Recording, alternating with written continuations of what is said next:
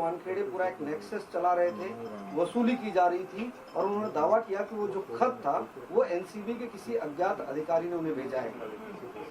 तो ऐसे खत कोई भी लिख सकता है, कोई भी घर पे बैठ के लिख सकता है ऐसे खत। अगर उस खत पे किसी का नाम नहीं है और अगर उसमें कोई भी किसी का क्लेम नहीं है किसी इंसान का जिसने वो खत लिखा है, सामने आए और बेधड़क तरीके से कंप्लेंट करे और फिर चाहिए तो इसकी जांच हो। लेकिन अगर बेबुनियाद कोई अगर लेटर कुछ लिखता है तो उसमें कोई मतलब नहीं है। ये सब झूठे सारे दस्तावेज है, इसका कोई महत्व नहीं है। एक आरोप उन्होंने भी लगाया कि फोन टेपिंग करा रहे थे समीर वानखेड़े, जो कि एक व्यक्ति मुंबई का है, एक व्यक्ति थाने का है। इन दो प्राइवेट लोगों के जरिए फोन टेपिंग कराया जा रहा था। जो केसेस उन्होंने किया, खुद ड्रग्स कैरी करते थे, लोगों को फंसाने का काम करते थे, इस तरह का एक मैनिपुलेटेड केस बनाया जाता था, ऐसा उनका कहना है। नहीं, मुझे ऐसा लगता है ये सारे झूठे सारे फॉल्स क्लेम्स हैं, क्योंकि अगर इसके ऊपर उनके पास कोई भी प्रूफ होगा तो आई एम श्योर वो कोर्ट में पेश करेंगे और इसके ऊपर तभी न्याय हो पाएगा। हम ऐसे ट्विटरबाजी करके कुछ नहीं पा सकते, बिकॉज ट्विटर पे कोई भी कुछ भी उठ के लिख सकता है। मैं भी कुछ भी लिखूं किसके बारे में, लेकिन ये सच नहीं हो जाता। मैम,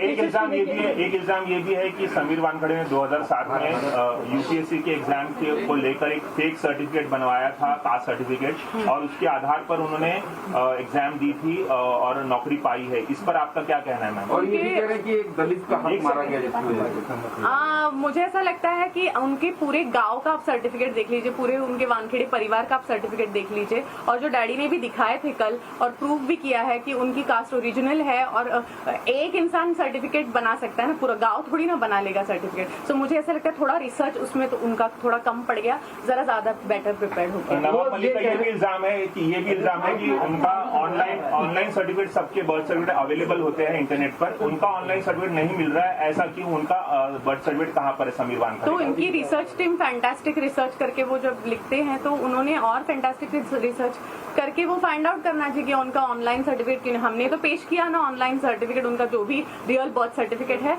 मेरे फादर इन लॉ दिखा चुके हैं। तो इससे ज्यादा और हम बार बार क्या प्रूव करते रहे? बार बार कितनी बार हम लोग चिल्ला के बोले, इतना नहीं बोल सकते। और शायद आज मैं लास्ट टाइम प्रेस से बात करी, शायद मैं कल से प्रेस से भी बात नहीं करूंगी, क्योंकि हम तंग आ चुके हैं, हम लोग तंग आ चुके हैं रोज एक प्रूफ देते हुए, जबकि मेरा पति झूठा नहीं है। तो क्यों हम लोग सहन करें? We are not going to take this. Of course बाहेर पडतील आणि मला असं वाटतं की हे आरोप कोर्टात केलेलेच नाही आहेत, हे ट्विटरवर केलेले आरोप, आणि ट्विटर कोर्ट आहे का? तर नाही आहे। तर तुम्ही कोर्टात जर हे आरोप केले आणि ते सिद्ध झाले तर त्यांना आपण गुन्हेगार मानूया ना। मीडिया ट्रायल कशी काय होऊ शकते एखाद्या माणसाची, आणि एखाद्या अशा माणसाची ज्याचा 15 वर्ष रेकॉर्ड क्लीन अँड क्लिअर आहे, त्याच्यावर तुम्ही हे आरोप लावूच शकत नाही।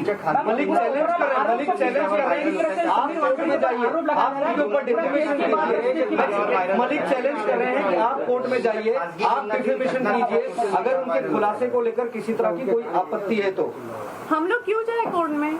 हम लोग क्यों जाए? आरोप तो वो लगा रहे हैं ना, आरोप वो लगा रहे हैं, तो उनको जाना चाहिए कोर्ट में। और हमारे पास इतने पैसे नहीं है, हमारे पास ऐसे करोड़ों की जायदाद नहीं है, और हम बहुत सिंपल लोग हैं, और कोर्ट में जाने के लिए भी आपको कुछ पैसे लगते हैं। तो अगर हमारे नाक के ऊपर पानी चला गया तो हम डेफिनेटली जाएंगे, लेकिन जब तक हम लोग ऐसे ही लड़ पा रहे, जब तक जनता के सपोर्ट से लड़ पा रहे हैं, तब तक लड़ेंगे, और अगर जरूरत पड़ी तो हम डेफिनेटली जाएंगे। लेकिन ये चैलेंज करके कुछ नहीं होता है, क्योंकि उनके पास बहुत पैसा है, शायद हमारे पास नवाब मलिक जो आरोप लगा रहे, क्यों लगा रहे थे? क्या लगता है आपको, क्या वजह आरोप लगाने का? नहीं, मैं उनसे सिर्फ इतना कहना चाहती हूँ कि आपको हम शुभकामनाएं देते हैं, और आपका घर अच्छा रहे, आप सुखी रहे, और हमारे दिल से आपको सिर्फ पॉजिटिविटी है। मुझे एक बात बहुत बड़ी है कि नवाब मलिक अब तक तमाम आरोप लगा रहे थे, लेकिन किरण गोसावी जो कि विटनेस है आर्यन खान के मामले में, विवादित जो फरार चल रहे हैं, उनकी जो बॉडीगार्ड है प्रभाकर सैल, उनको उन्होंने एक बहुत बड़ा इल्जाम लगाया कि 25 करोड़ की डील होने वाली थी, और उन्होंने खुद अपने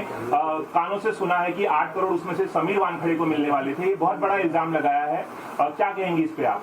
इसकी कोई भी एविडेंस उन्होंने अभी तक पेश नहीं की है, और ये दलीलें और जो भी उन्होंने कहा है सब प्रेस के सामने कहा है। यही चीज वो जब कोर्ट में कहेंगे शायद, और उसके ऊपर वो प्रूफ्स देंगे, तभी ये चीज प्रूव होगी। तो हियर एंड से हम लोग जजमेंट नहीं लगा सकते, क्योंकि माननीय कोर्ट सबसे ज्यादा बड़ा है और सबसे ऊपर है, हम लोग तो फिर भी इंसान है नॉर्मल। आपको क्या लगता है क्यों टारगेट किया जा रहा है समीर वानखेड़े को? आपको क्या लगता है कि क्या क्या क्या वजह है? हाँ, ये मुझे ऐसा लगता है कि समीर जी के जॉब और उनकी काम करने की शैली से, क्योंकि वो ऑनेस्ट ऑफिसर है, उससे बहुत लोगों को अड़चन होती होगी, बहुत लोग चाहते हैं कि वो कुर्सी से हट जाए और उनका गुजारा चलता रहे, तो शायद इसीलिए वो चाहते हैं कि ये हट जाए और उनकी समीर जी की वजह से उनको तकलीफ ना हो। समीर वानखेडे या सगळ्या आरोपातून बाहेर पडतील का आणि नवाब मलिकांना ते उत्तर देणार आहे? समीर वानखेडे नक्कीच ह्या सगळ्यातनं बाहेर पडतील आणि 100% पडणारच, कारण की जिंकतं तर सत्याचाच विजय होतो शेवटी. आणि what was your next question? Nawab Malik यांना उत्तर देणार मला वाटतं ते उत्तर तर वेळच देईल. आता टाइम विल शो एव्हरीथिंग. हळूहळू सगळं सगळ्या गोष्टी ते अजूनही काय कटकारस्थानं रचतील, अजून काय डॉक्युमेंट्स क्रिएट करून अजून त्यांना कशात गोवायचा तर प्रयत्न नक्कीच करणार आणि समीरजी त्यातून काही वाचणार नाहीयेत, पण त्या गोष्टी सिद्ध करणं हे सगळ्यात मोठी गोष्ट असते आणि ते सिद्ध होणं कठीण आहे, कारण की ते सगळं खोटं आहे. क्या आपको लगता है कि सिर्फ नवाब मलिक, क्या आपको लगता है निश्चित त्रास होतोय, निश्चित त्रास होतो. तो आप समीर वानखेड़े की पत्नी क्रांति रेडकर को सुन रहे थे, जिन्होंने नवाब मलिक के तमाम आरोपों को सिरे से खारिज कर दिया. उन्होंने कहा कि ट्विटरबाजी से आरोप साबित नहीं होते. बर्थ सर्टिफिकेट को लेकर जो आरोप लगाए जा रहे हैं, जाति को लेकर समीर वानखेड़े के जो आरोप लगाए जा रहे हैं वो निराधार हैं, वो गलत है. उन्होंने साफ साफ कहा कि कोर्ट के सामने सबूतों के साथ पेश हो जाइए और सत्यता पे बात कीजिए, सच पर बात करिए. अनुज का रुख करते